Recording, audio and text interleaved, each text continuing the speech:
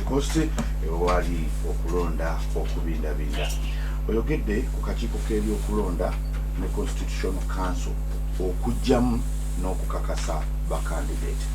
N'otulwa ba candidates abakakasiddwa. Ba candidates abawerako bajjiddwa mu lwokaano.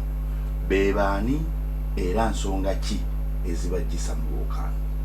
Tujja kutandika ne Tijani Thiam akulembera ekibiina ekya PDCI ate twamwogerako ku ntandikwa y'omwaka guno. Olwaleero ye ssentebe wa kampuni y'ebyobusuubuzi eya Freedom Acquisition Corp. Musajja mugagga nnyo, muyivu nnyo, munnabyabufuzi ate yabadde asinga n'okubeerako amasannyalaze ng'okulonda kuno kubindabinda okuva omwaka oguwedde. Naye akakiiko kamugyemu. Omukulu ono bwe weetegereza na bonna abali mu lwokaano ekyamazima oba obadde ogaba omulimu CV ye yesinga okuba enzito. Ne bw'otwaliramu Alassana Ouattara kati aliko. Tijani Thiam ye muntu wa Ivory Coast bwebadde yeetaaga. Ampuliza njala nkusigire ku kifaananyi otegeere bw'afaanana. Omusajja ono ng'oggyeko ebyobufuzi yaliko ssenkulu owa banka ey'e Switzerland gye bayita Credit Suisse wakati wa March 2015 n'ogwokubiri 2020. Wakati wa 2007 ne 2009 yaliko omuwanika owa kampuni eya insure ey'Ebungereza eya Prudential. 2015 n'afuuka ssenkulu waayo. Kaseera katono gy'ava ate Abaswisi ne bamukansa. 2019 yalondebwa okubeera ku lukiiko olw'ensi yonna oluvunaanyizibwa ku by'emizannyo olwa International Olympic Committee. Ava mu famire ya byabufuzi nnyo. Kitaawe Amadou Thiam yali munnamawulire ate munnabyabufuzi eyeenyigira mu kaweefube w'okulwanirira ameefuga g'eggwanga lino erya Ivory Coast.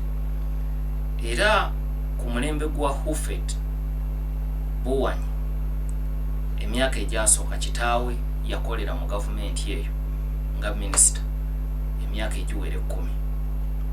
So nga taata w'omuto Habibu Thiam yaliko Ssaabaminisita mu ggwanga lya Senegal okumala emyaka 10 era n'abeerako ne sipiika w'ensi eyo. Kakati ampuliza ayinza okuba yeebuuza kikwatagana kitya. Bazadde b'ono basibuka mu ggwanga lya Senegal ne bajja basenga mu Ivory Coast. Kati Ivory Coast erina abantu bangi naddala mu bukiikakkono nga bava mu mawanga amalala.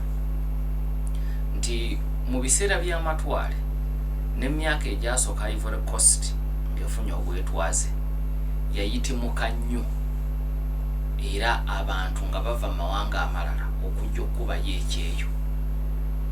Kati mu kusengayo bangi ne bafuuka bannansi era bannabyabufuzi abagundiivu bangi mu Ivory Coast naddala bava mu bukiikakkono ogenda okubeesanga nga basibuka mawanga amalala Benin n'awalala.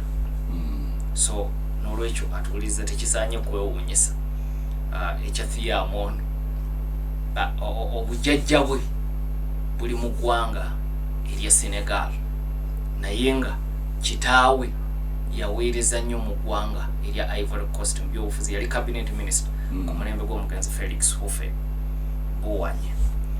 Bwe tuddayo ku Thiam yennyini 1982 yayita ebigezo okgenda mu university ey'erinnya mu kibuga Paris Bufalansa okusoma bwa makanika eyitibwa École Polytechnique.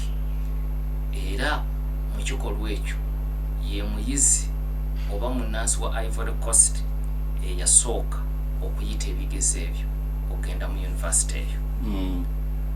Mu mwaka 1998 alondebwa okubeera minisita avunaanyizibwa ku by'enkulaakulana n'okuteekerateekera eggwanga.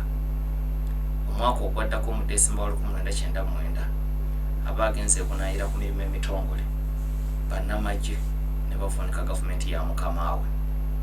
Thiam ekyo tekyamulobera kudda, yakomawo wabula bwadda n'akwatibwa gavumenti y'abannamagye abali bakulemberwa General Robert Geu. Oluvannyuma yayimbulwa. Bwayimbulwa Robert Geu n'amugamba njagala okuwa obuvunaanyizibwa mu gavumenti yange, yayagala okumuwa obuvunaanyizibwa okukulira emirimu mu office ya President Chief of Staff, wabula n'agaana tasobola kukolera mu gavumenti efugira ku mudumu gw'emmundu. Era mu 2000 n'abiteekamu engatto n'addayo bunaayira n'agenda mu ggwanga erya Bungereza okukola emirimu egy'ekikugu, era yakola emirimu egiwera egimu ku gyo ngikoonyeeko. Mu bugundivu bwe yalina mirimu egy'ebyobusuubuzi ne bannabyabufuzi e Bungereza baamwettanira nnyo ne bassaabaminisita abawera. Ekyokulabirako mu 2014 yalondebwa okubeera omu ku abo abawabula ssaabaminisita wa Bungereza ku nsonga ez'ebyobusuubuzi be bayita Prime Minister's Business Advisory Group. Sajja weeno mu Africa naye ng'ali eri y'omu ku abo abawabula ssaabaminisita wa Bungereza ku nsonga ez'ebyobusuubuzi. Awo twogera ku mulembe gwa David Cameron. Mu kiseera kye kimu era yaweebwa obuvunaanyizibwa okubeera omu ku bayambi oba ku babaka ab'enjawulo aba Bungereza ku nsonga ez'okusiga ensimbi be bayita UK Trade and Investment Business Ambassadors. Jukira nkugambye nti bwe weetegereza bano bonna bakubuuza ani gwe wandironze okulembera Ivory Coast mu bizibu byerimu olwaleero,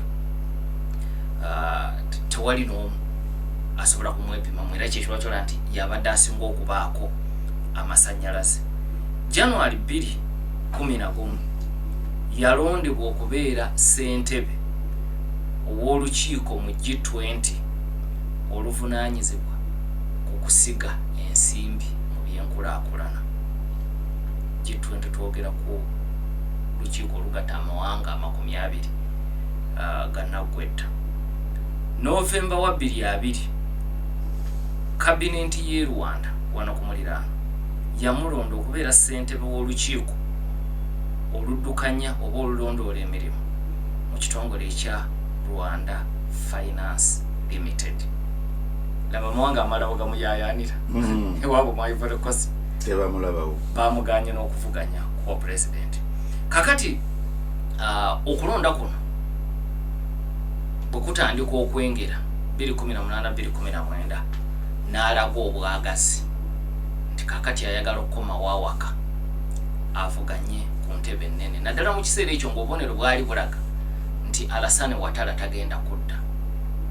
Era Ouattara okakasa nti agenda kudda myezi mitono gye tukubye amabega yo kakasiza ddala ng'ekigambo tekiva mu kamwako, kiva mu bali abawuzi b'obunyama baga nti ffe bwe tulina okuzza enamba mwenda waffe teri mulala.